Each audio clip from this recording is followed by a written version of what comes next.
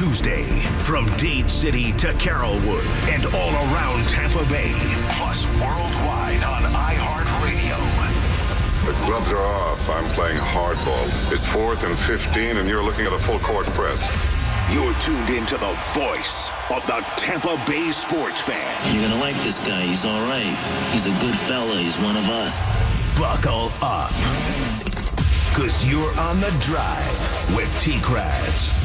Afternoons on 95.3 WDAE and AM 620. Yeah, welcome aboard on this Tuesday. Good afternoon, Tampa Bay. It is The Drive presented by Moss Nissan on the air. Tom Krasnick with you. You got Chris Mathis on the other side. And, of course, you there. We are live in living color, don't you know, at 95.3 on the FM side, the mighty AM 620. And don't forget to download the iHeartRadio app absolutely free. It's the new and improved iHeartRadio app. There's a preset feature on there where you can go there and you can put your favorite radio stations on there like you would do in your car radio. By the way, WDAE is number 3 on the preset dial of all users on the iHeartRadio. We're talking great. Yeah, it is great. There are like millions of people on there, and they're using this preset feature. And of all the iHeartRadio stations across this great country of ours, WDAE is number 3 on the preset button. You can also favorite The Drive podcast. You can do that as well. Commercial-free podcasts of this hideous show can be accessed through the new and improved iHeartRadio app. Get on there. Make WDAE one of your favorite radio stations as well and join in on the fun. Crystal clear reception can be found through the iHeartRadio app. It's a beautiful thing. And good afternoon to all of you who are watching us on the stream.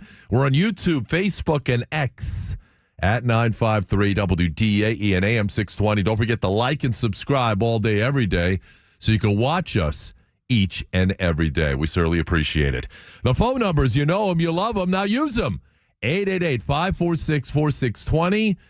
You can also text in your thoughts at the Bartow 4 DAE text platform. It's 82945, the number. So begin your text with DAE, followed by your comments in 140 characters or less. So they make their way here. All guests will appear via the Central Florida Behavioral Health Network DAE hotline. Don't forget to follow us on social media.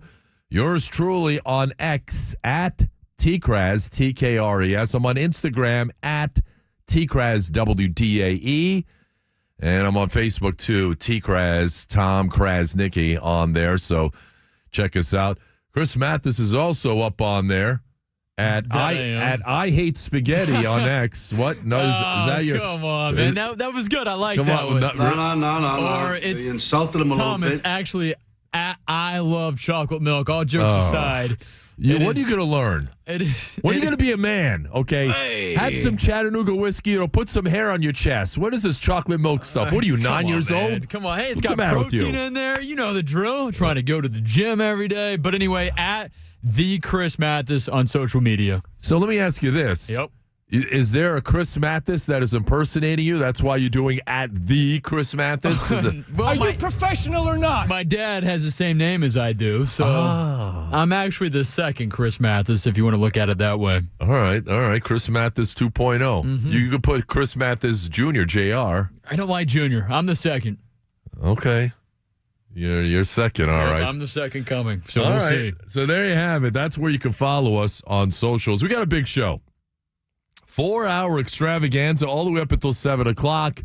1 hour from now, the great Greg Auman of FoxSports.com. He's going to be with us. There's so much to talk to him about. He covers the Bucs and the NFC South. So we'll talk about the Bucs, Liam Coen, that fiasco, how he left, his press conference that we're going to get into that we kind of got into yesterday. But there were other things occupying our attention, such as, Championship Sunday, the Super Bowl being all set up. You got that right. And we will be live on Radio Row next week, leading up to Super Bowl 59. We can hardly wait. That was a big announcement from yesterday. So I'm excited about it. Nick Wise it is exciting. We're already booking guests. By the way, Chris Mathis. Not that I should have mentioned this on the air or talking about like booking guests and stuff because we're always in constant communication. Chris Canty can't join us this week, but next week on Radio Row. Even better. In person, huh? In person. Oh, wow. We should get Chris Canty, ESPN NFL analyst. Longtime friend of yours as well. He is. He's a great dude. And it's so funny because we've talked so many times, but we've never met in person. Same thing, Mike Florio. We've talked so many times, we've never met in person. Cynthia Freeland, same thing. So I'm going to get FaceTime with all these people who have been on the show countless times. But there's nothing like that face-to-face connection with these guys and girls. And we will get that next week over at Radio Row. So we're looking forward to it. But we'll talk to Greg Auman about all things Bucs and NFC South because there is only one team still looking for a head coach, and that is the dreaded, hated New Orleans Saints, by the way. Coincidentally enough, we're going to New Orleans next week. The Saints are the only team that is yet to pick a new coach. And there are a lot of reasons for that, one of which is, and I think I said this when all of this came out, I thought the Saints had the least attractive head coaching job. And I still believe that for a lot of different reasons. Derek Carr, $40 million. He doesn't want to take a pay cut, so that's a big question mark there. They are upside down on the salary cap. I don't see a whole lot of potential in young players, building blocks on that team. I see a lot of aging players. Cam Jordan, he is an antagonist and somewhat of a wise ass, but he has been a great player throughout the course of his career. But listen, he's walking up the fairway on 18. Let's be honest. Ditto DeMario Davis, 35 years old. Same thing. He's on hole number 18, in fact. And, Alvin Kamara, the miscreant, the criminal, I mean, come on. That arrow's pointing downward. He should be in jail, to be quite honest, but, whatever. But I thought the Saints' job was the least desirable of the head coaching gigs that were available at the time. And lo and behold, they're the last ones. Even the Cowboys, you want to talk about awkward press conferences, and, we'll get to Liam Coen in a matter of moments. What is Jerry Jones doing? He introduces Brian Schottenheimer, and with Schottenheimer sitting right next to him. Wow, we know this wasn't the greatest hire, the one with the... And Brian Schottenheimer is looking over to him like, dude, can you just shut up? I'm sitting right here. I'm like 2 feet next to you, and, you're making all these comments as if I was like the last guy you would hire to be the head coach of the Dallas Cowboys. I couldn't believe what I was seeing. But we'll get with Greg Auman coming up at 4 o'clock. We have a new feature that we're going to break in at 4:30. It's called Take It or Leave It. Like chocolate milk. Take it or leave it. I'm leaving it. Chris Mathis is going to take it. Bourbon, I'm taking it. Chris Mathis is going to leave it. But we're going to have, some sports angles to it and whatnot. And, we could have some other stuff that we can throw in too.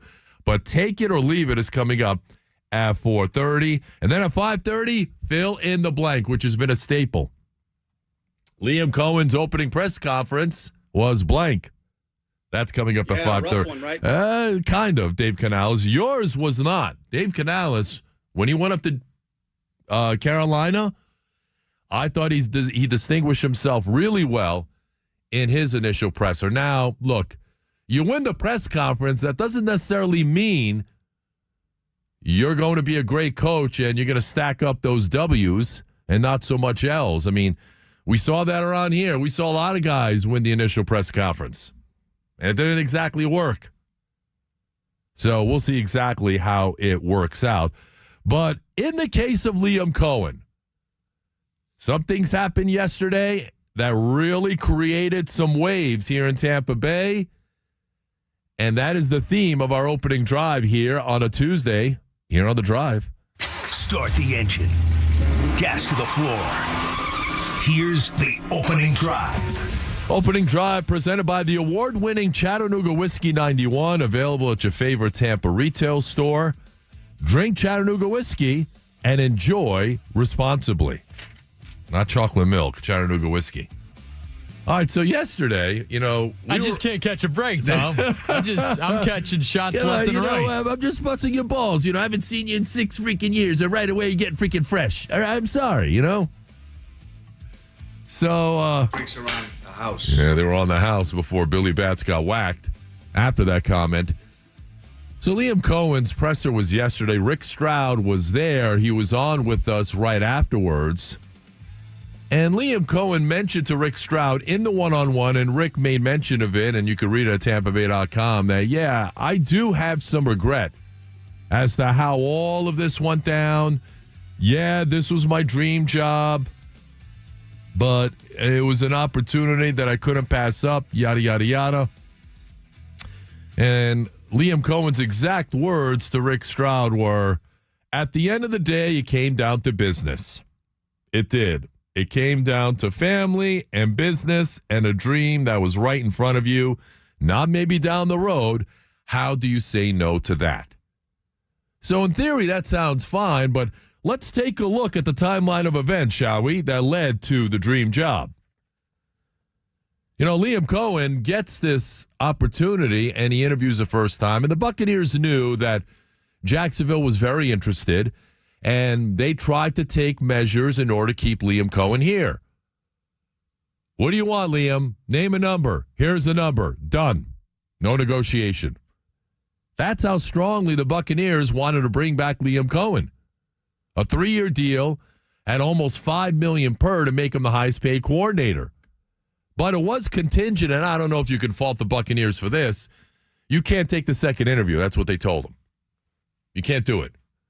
So you know how it is when you're trying to parent a kid. Not that I'm calling Liam Coen a kid or anything like that, but you're trying to discipline a kid. Hey, don't do that. You did it once. Don't do it again. Sometimes a kid is like, oh, he's daring me not to do it. I'm going to do it, I think. Some kids won't do that. Some kids are disciplined. I'll tell you what, man, when I was growing up, when my parents told me not to do something and I did it, I paid a dear price for it. And I would say the measures when it comes to discipline have changed drastically. When I was growing up, it was the leather belt or it was the cord from the radio. The cord you can pull out. Oh, yeah. And it's not ideal. It's not an ideal way to discipline a kid. I think I turned out okay, despite what some of you may think. But sometimes when you tell somebody not to do something, you're kind of daring them to do it again. So this wasn't the dream job when Liam Coen withdrew his name from consideration. Was it a dream job then when Liam Coen told Jacksonville, thanks, but no thanks, mainly because that guy is still the GM, meaning Trent Baalke. So it wasn't the dream job then, was it? And then Baalke gets fired, and Shad Khan, like any other billionaire who can't take no for an answer, revisits the idea. Well, we got to do something. I have to do whatever it takes to get this 39-year-old who's been flip-flopping back and forth between, 4 different jobs the last 4 years. Rams, Kentucky, Bucks, and now Jacksonville. So what is it now, 5 in the last 5 years? But it only became a dream job when Shad Khan tried again. He fired the GM. Here's where we're at. We'll give you anything. Anything. You want Ben Johnson money? You got it. 5 years, $60 million, by the way. Those are the numbers that are out there for Liam Coen, who's never been a head coach before. 5 and 60. That is immense pressure to put on a guy who really hasn't done it before. 1 year as a play caller, and I'll buy it. The 1 year, the track record, with great talent, by the way, was exceptional. But Jacksonville, I couldn't believe how they went to great lengths. They went out of their way to appease this guy. I mean, and I told Rick Stroud this yesterday, and I told you guys this too on Friday. If Sean McVay, for whatever reason, became available, that's what you would do. For a guy who's been there, done that, who's won a Super Bowl, one of the great masterminds offensively in our era. Everyone comes out of that coaching tree, by the way, and that's something we'll get into in a few minutes. But if Sean McVay was available, that's what I would do as an owner. You don't like this guy as a GM? I'll fire him. I'll open up my checkbook. I'll open up my entire football operations for you. You can have anything you want. For a guy like that, yes, you go the extra mile. For Liam Coen, no, you do not. This is what desperate organizations do when they haven't been relevant, when they are desperately seeking credibility. They overextend themselves for guys who probably don't deserve it. And that's why the Jaguars are what they are. But you're talking about a guy now who is under immense pressure. Liam Coen says, I'm calling plays. Okay, that's fine. But you need to surround yourself with an experienced coaching staff, guys who probably have been there and done that. That's going to be very critical to his success up in Jacksonville. He needs to surround himself with an experienced coaching staff. Not a bunch of guys who are first-timers at it. So that is where we're at. And yesterday, he made a couple of really interesting comments. First off, here's a comment that Chris Mathis is going to play that really raised a few eyebrows here in Tampa Bay as to how Liam Coen is going to run that operation. Based on what? That's really what this is going to come down to is honesty. I want to surround ourselves with people that are going to be able to tell you hard truths, be able to show you your blind spots, because that's really, like I mentioned, where growth occurs, when you can truly be yourself and be honest with looking in the mirror, knowing that process to get you there was clean and it was right, and the results will speak for themselves. Unbelievable. Did he really just say that? So I saw this video on X, and I quote tweeted it, and I said, is this for real? And at last check, Chris Mathis had like over 35,000 impressions. That's all I said. Is this for real? Clean? Honesty? You've got to be joking me. Coming from him? The same guy who told Rick Stroud, yeah, I feel some remorse for what I did. Mind blown at this point. And then, of course, came the signature moment of his initial press conference, where Liam Coen did this. Duval. What? That's lame. Lame Coen? Oh, come on. I don't want to get into that. But that made the rounds. That went viral for all the wrong reasons for him. Duval.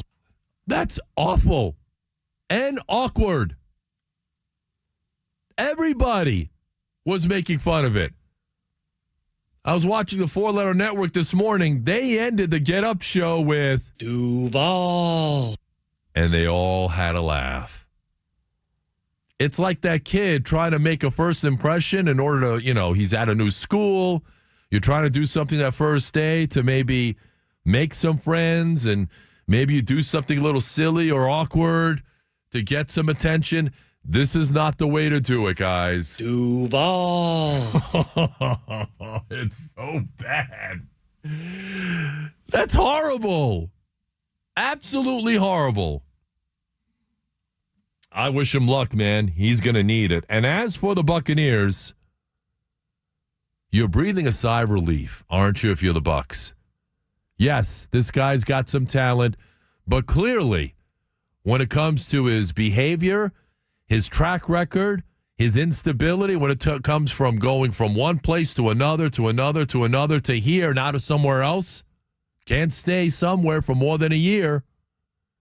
When you're not that stable, that's a red flag.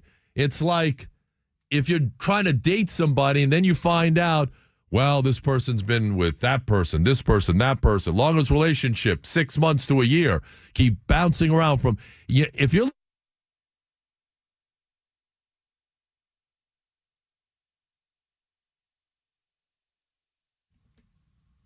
You guys just turned off my mic. I don't know if you realize that, but, now I'm back on.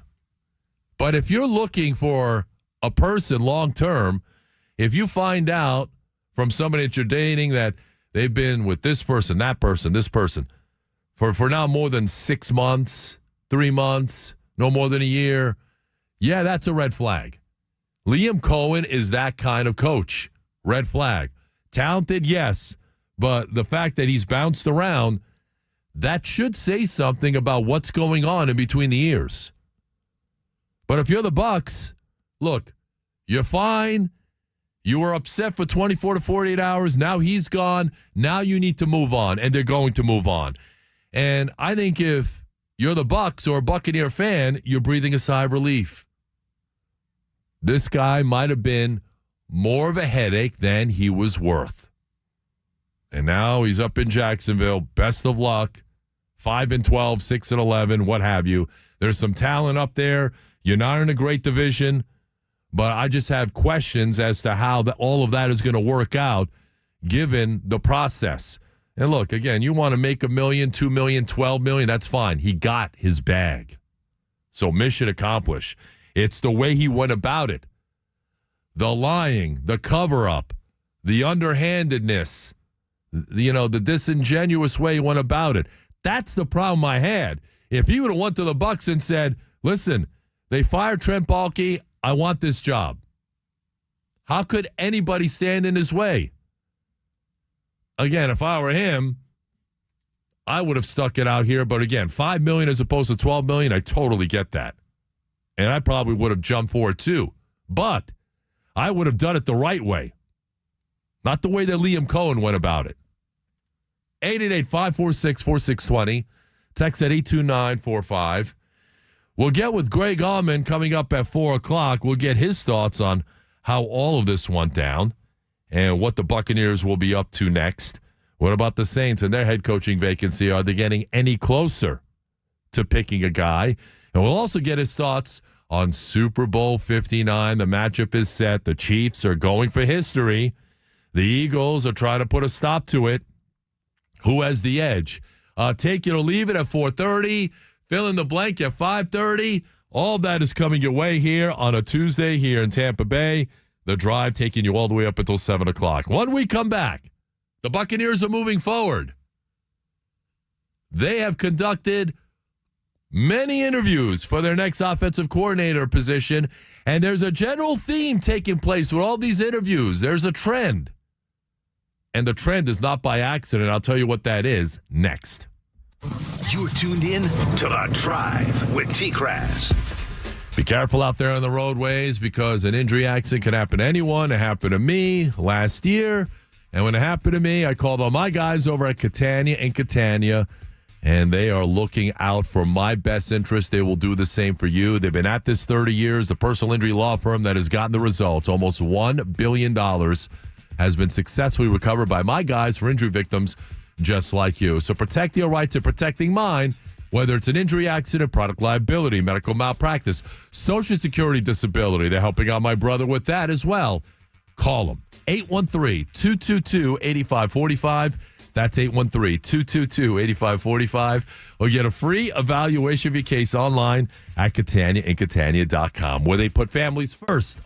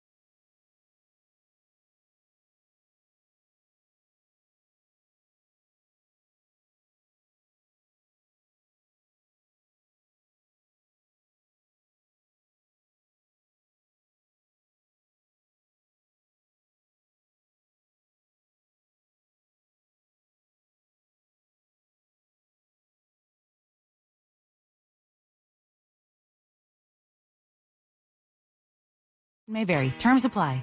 For more information about contests on this station, go to 953wdae.com/rules.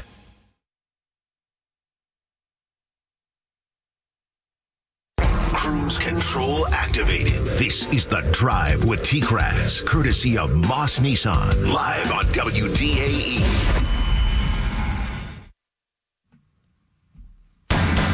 Marcus Brady, he's the passing game coordinator with the Chargers. Pretty well respected. Has obviously done a lot with Justin Herbert. The guy that it surprised me a little bit that Grant Udinski from Minnesota has gotten the type of buzz he's gotten. Not because I don't like him, but because he's very young. That was Jordan Schultz, Fox Sports NFL insider. He was on with me yesterday talking about the Buccaneers search for offensive coordinator. The Bucs are making interviews happening left and right. It started over the weekend, and now we are up to 5 known interviews that we know of with your Tampa Bay Buccaneers as they continue their search for Liam Coen's replacement. Welcome back. 3:32 on your ride home. The Drive with yours truly, Chris Mathis on the other side. You on the phones, 888-546-4620. Text at 82945. I can hear you. Thank you, Eric Neander. By the way, Eric Neander will join the show on Friday. We'll talk about the Rays coming up in a few minutes. But we went back and forth yesterday, and he'll be on with us on Friday. By the way, Friday, we'll be doing our show live from the Seminole Hard Rock Hotel and Casino, the site of the Sneaker Soiree. So Friday, we'll be on the road once again. We'll be at the Hard Rock. We'll do our show from 3 until 7. And then we'll be at the Sneaker Soiree, always a great event put on by the Tampa Bay Sports Commission. So we're looking forward to the show on Friday. We hope to have some distinguished guests on site. Now, Eric cannot be at the soiree. We're getting him by phone Friday at 4 o'clock. All right, so back to the Bucs. They've done 5 interviews, and it started over the weekend. Marcus Brady, the Chargers passing game coordinator, was up first. He did a virtual interview. Grant Udinski of the Minnesota Vikings, working under Kevin O'Connell. You just heard Jordan Schultz talk about him. Real young guy. He was interviewed next. And then the Buccaneers talked to Nate Scheelhaas, Rams assistant coach. He was at Iowa State for a few years, where Rocco Becht has turned into a really good player that is the son of Anthony Becht. But Nate Scheelhaas was also interviewed. Nick Caley, another Rams assistant, was interviewed. And the Buccaneers announced earlier today they conducted their 5th interview with Dave Ragone, the Rams quarterbacks coach. Say that again. Yes, Jason Light. So if you're picking up on the trend, 4 of the 5 guys that the Buccaneers have interviewed are or were Rams assistants or Sean McVay disciples. And I think, and we talked about this, I mentioned this yesterday and also on Friday, this is where the Buccaneers want to be going. Baker Mayfield is being consulted with the offensive coordinator search, like we all thought he would. We mentioned that on Friday, on a Football Friday, that Baker would have a hand in who the next OC was. It'll be his 8th offensive coordinator in 8 seasons. And if anybody is built to handle that much change, it's that guy. I've never seen a quarterback, handle as much change around him when it comes to his offensive coordinator than Baker Mayfield. And the guy doesn't miss a beat. He had Dave Canales for 1 year, the optimist bully, as he affectionately called him. And Dave did some great things with Baker. Baker had a really good year. And then Baker had an even better year this year in another system, engineered by Liam Coen, who's now up in Jacksonville. Good luck, you're going to need it. And next year, he'll have yet another OC to work with. Now, if it's something similar to what we just had, another Rams assistant, don't forget Liam Coen, another Rams assistant, along with going to Kentucky. Remember, he went back and forth those 4 years between the Rams and the University of Kentucky. But if the Buccaneers can stay on the same path, and I think that's what they want. I think that was the direction of the search for an OC. All right, let's go out and get somebody similar to the guy we just had, Sean McVay, offensive mastermind. All these guys have learned under Sean McVay at one point or another. And I think that is the theme of this coaching search, where 4 of the 5 guys coming from underneath that umbrella. And the only guy was Marcus Freeman, who was with the Chargers, obviously, the Colts before that, was in the CFL.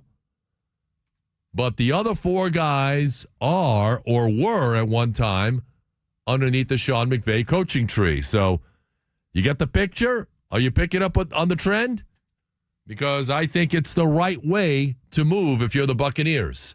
And it's also the right move in consulting with Baker Mayfield, having him a part of this entire search because he is the quarterback. He is your franchise quarterback now, too. Let's go to our phones, and look, they will interview many more candidates. There's a lot of guys who are throwing their hats into this ring. They got 5 interviews already. There will be more. And you're going to hear of a couple of bigger names associated with this job in the not-too-distant future. The one wild card, and I mentioned him, I think, on Friday, was Chip Kelly with Ohio State. Now, I'm not sure how ownership would feel about Chip after he left him at the altar at the 11th hour, literally, back in 2012, before the Bucs hired Greg Schiano. But, 13 years ago, maybe he's changed since then. Who knows? And maybe after what just occurred, maybe Liam Coen could learn from his mistakes over the last week or so. Duval. Just stop it. Stop. So awful. And lame. It's lame. Is it Liam or lame? I don't know. No. What? Okay, that was a little insulting. I don't hate the guy. I just don't like how he did it. Don't like liars, right? Yeah, look, I think everybody lies to a certain extent, and people lied to kind of protect themselves, and I think that's what he was doing. But I think he owed it more to the Buccaneers. And look, as human beings, we all make mistakes in life. He made a mistake, and he acknowledged it to Rick Stroud. He made a mistake. As I mentioned, I don't know, yesterday, Friday, he's going to sit back in his chair in his fancy little office, and he's going to think once everything calms down, like, I royally screw that up. Now, I got the job that I wanted. I got my bag. This is what I worked my whole coaching career for, but man, oh man, could I have handled that better? The answer is absolutely yes. Loudmouth Todd is up in Land O'Lakes. Todd, what's happening? Oh, wow. You beat me to it. That's what I was going to say. Chip Kelly, just because of his his offensive running scheme would definitely match up to what we've done in this last year. And, he's a name to watch. I think he wants to get back into the NFL. I got a quick question for you, if that's okay as well. Sure. What do you feel about a Myles Garrett from the Browns if they're in rebuild? After a name like that. They are not trading Myles Garrett, and thanks for the phone call, Todd. Sorry to burst your bubble, but they just came out today and said emphatically, we're not trading Myles Garrett, nor should they. And I know the Browns have done some terrible things. Again, awful franchise. Who's their owner? When you tell me how lousy the franchise is, tell me who the owner is. Oh, Jimmy Haslam, lousy. How do you think they feel, by the way? They dumped Baker Mayfield. They traded for Deshaun Watson. They gave up the farm to get him. And they gave him an unprecedented, fully guaranteed contract which angered, by the way, the other 31 teams in the process for setting that precedent. 5 years, $246 million. And what has he done? Absolutely nothing. Of course, some off-the-field stuff, too, which complicates things. And the Browns are stuck with him for 2 more years at $92 million, fully guaranteed. Oops. Plus, they also got Buccaneer leftover as well. How are y'all doing? At least Jameis, he won a game or two for them. Yeah, he did. And he gave him the best pregame speeches and huddle speeches of all time. Yeah. Well, and I like Jameis. I do. Personally, I think there's a lot to like. I think he's entertaining. But I think when it comes to like his pregame speeches, and look, he's a man of deep faith. That's a guy, we talked about making mistakes in life. He certainly has made his fair share of mistakes. But I think his bark is bigger than his bite when it comes to his game. I'm just putting it mildly. I mean, that's just stating the facts. 888-546-4620. But yeah, no Myles Garrett. That's not happening. The Browns were emphatic today in saying that he will not be traded. All right, more of your calls and texts on the way. Don't forget, Greg Auman at 4:05. A new segment, Take It or Leave It, at 4:30. Deshaun Watson, take it or leave it. If you're the Browns, what do you think they would like to do? They would like to leave that guy on the side of the road somewhere, but they can't. There are complications. It's very complex. And then, of course, at 5:30, fill in the blank, which is always going to cause some controversy and trouble, especially with Mr. Chocolate Milk back there. He's working up some ways to put me in a precarious situation. All right, when we come back, this was the most incredible thing I saw last night. If you're a Rays fan, you should feel really excited because this Rays phenom could be headed for superstardom. And he's going to have to be if the Rays are going to be competitive. We're going to tell you about that coming your way next. This is The Drive.